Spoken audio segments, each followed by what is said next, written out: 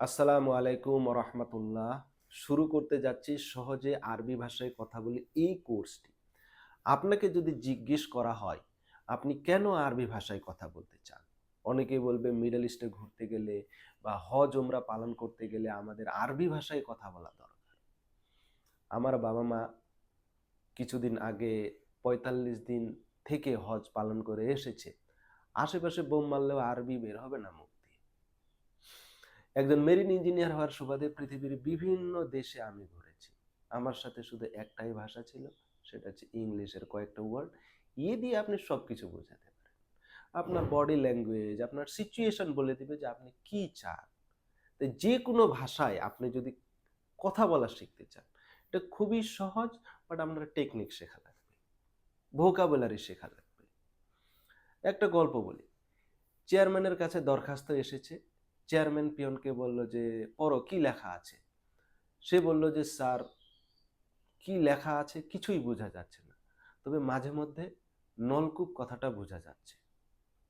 Chairman বলল বেশি বোঝার দরকার নেই, তার নলকূপই দরকার। তাই আপনি যখন কোনো ভাষায় কথা বলতে চান, আপনি যদি ভোকাবুলারি দিয়ে একটা কিছু বুঝান, জামার কথা বলেন বা পাঞ্জাবির কথা বলেন, সে বুঝে নিবে যে আপনি এটা চাচ্ছেন। তাই কথা বলতে গেলে আপনার গ্রামার বা এটা সেটা, আপনি একজন কয়েকদিনের ট্যুরে গিয়েছেন, এত কিছু জানার দরকার নেই। তাই মাথায় সেট রাখেন, প্রেশার নেওয়ার দরকার নেই যে আমি আরবি ভাষায় কথা বলতে যাচ্ছি, ও এটা এত কঠিন বা এটা আমার দ্বারা সম্ভব কি আদৌ? সম্ভব। আপনি যতটুকু শিখতে চান, ইয়েস নো ভেরি গুড দিয়ে আপনি পৃথিবী ঘুরে আসতে পারেন। বডি ল্যাঙ্গুয়েজ আপনার ইশারা ইঙ্গিত বুঝাই দিবে যে আপনি কি চান।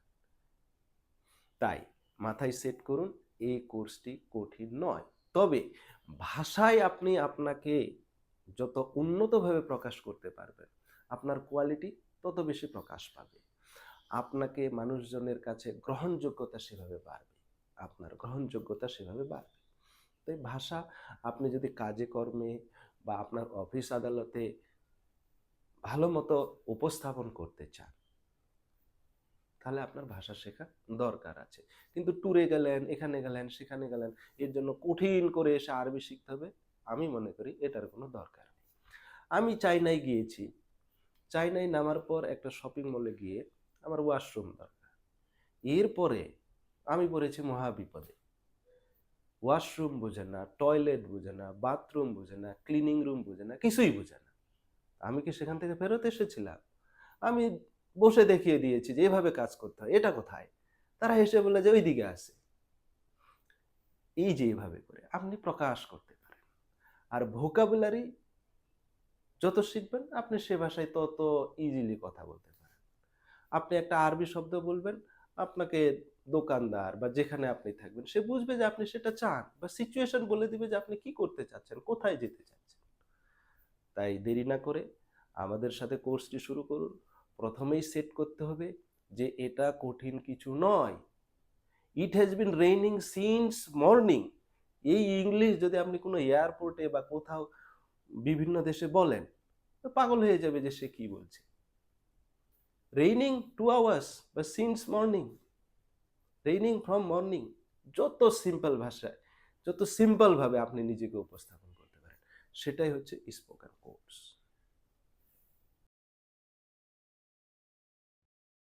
কথা না বাড়িয়ে আমরা জেনে নেই আমরা আমাদের কোর্সটি কিভাবে পরিচালনা করব।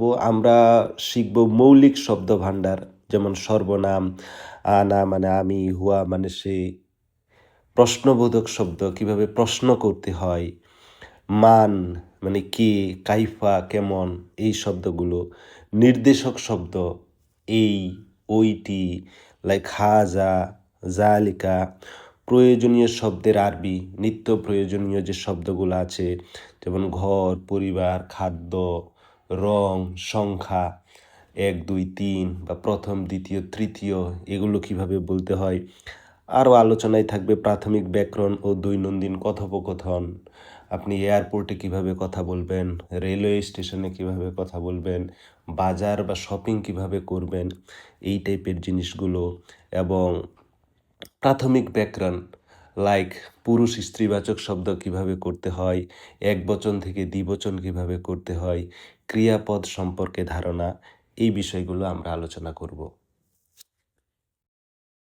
এগুলোর সাথে সাথে আমরা আরবি ভাষা বা আরবি ব্যাকরণের উচ্চতর লেভেলে প্রবেশ করব, কিভাবে শ্রুতিমধুর এবং সুন্দর করে কথোপকথন করা যায়, দৈনন্দিন কথা বলা যায়, এগুলো আমরা শিখব। আশা করি ইনশাল্লাহ আমাদের সাথেই থাকবেন।